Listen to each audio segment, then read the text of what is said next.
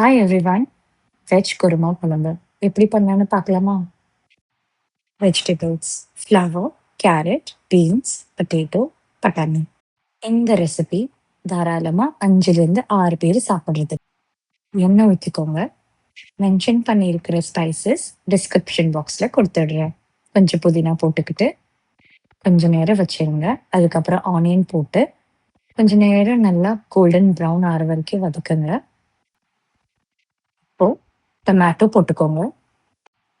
5லேருந்து 6 பேத்துக்கு எவ்வளோ ஆனியன், எத்தனை டொமேட்டோ அதையும் டிஸ்கிரிப்ஷன் பாக்ஸில் கொடுத்துருக்கேன். நான் கொஞ்ச நேரம் நல்லா வதக்கிக்கோங்க. கொஞ்சம் உப்பு, ஸோ தட் அது கொஞ்சம் மஷி ஆகிறதுக்கு. நல்லா கொஞ்ச நேரம் வதக்கிட்டு கொஞ்சமா மஞ்சத்தூள்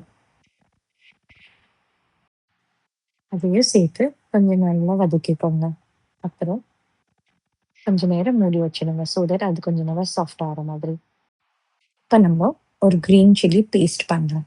கொஞ்சம் சில்லி, ஜிஞ்சர், கார்லிக். எவ்வளோ ஜிஞ்சர் எடுக்கிறீங்களோ அவ்வளோ கார்லிக். ஃபஸ்ட்டு இது 3யும் நல்லா அரைச்சிக்கோங்க.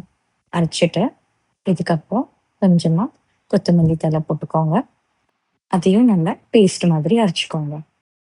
இப்போது வெங்காயம், தக்காளி பழம் கொஞ்சம் நல்லா மஷியாக இருந்திருக்கும். ஸோ நான் க்ரீன் சில்லி பேஸ்ட்டை அரைச்சி வச்சுருந்தோம் இல்லையா, அதை ஆட் பண்ணிக்கோங்க. கொஞ்சம் நல்லா சாட்டே பண்ணிக்கோங்க. அதுக்கப்புறம் மென்ஷன் பண்ணி வச்சிருந்த வெஜிடபிள்ஸ் போட்டுக்கோங்க. 1 கப் அளவு மெஷர்மெண்ட். ஒரே கப்பில் பீன்ஸ், கேரட் அண்ட் அதே கப்பில் பட்டாணியும் ஆட் பண்ணிக்கோங்க. அதே அளவுக்கு காலிஃப்ளவரும் ஆட் பண்ணிக்கோங்க. நல்லா சாட்டே பண்ணிவிட்டு லாஸ்ட்டில் பொட்டேட்டோ போட்டுக்கோங்க.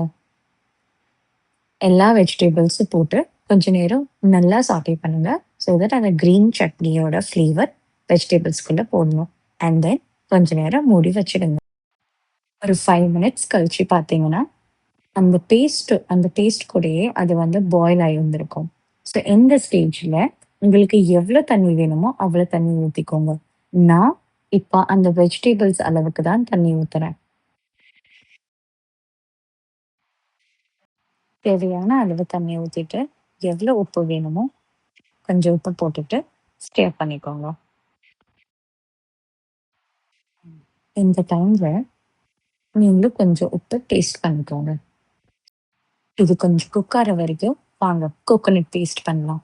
இது கொஞ்சோண்டு சோம்பு எடுத்துட்டு கஸ்கஸ், கேஷ்யூ நட்குள்ள பேஸ்ட்டை ஊற வச்சு போட்டுடுங்க.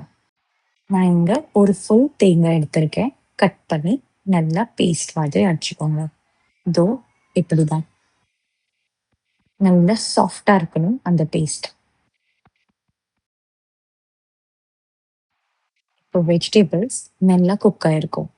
இப்படி தான் நல்லா பாயில் ஆகிற வரைக்கும் நம்ம குக் பண்ணிக்கணும். நீங்கள் அதை கொஞ்சம் பிளேட்டில் எடுத்துட்டு சாஃப்ட் ஆயிருக்கா இல்லையா அதுவும் நீங்கள் செக் பண்ணலாம். ஸோ இந்த ஸ்டேஜில் அரைச்சி வச்சிருக்கிற கோகோனட் பேஸ்ட்டை ஆட் பண்ணுறோம். இது ஃபுல்லாக இதுக்குள்ளே போட்டு கொஞ்சமாக இதுக்குள்ளே தண்ணி ஊற்றி அந்த பேஸ்ட்டையும் எடுத்து போட்டுருங்க. அண்ட் தென் கொஞ்சம் நல்லா ஸ்டேர் பண்ணி விட்டுட்டு கொஞ்ச நேரத்துக்கு பாயில் பண்ணுறதுக்கு விட்டுடுங்க.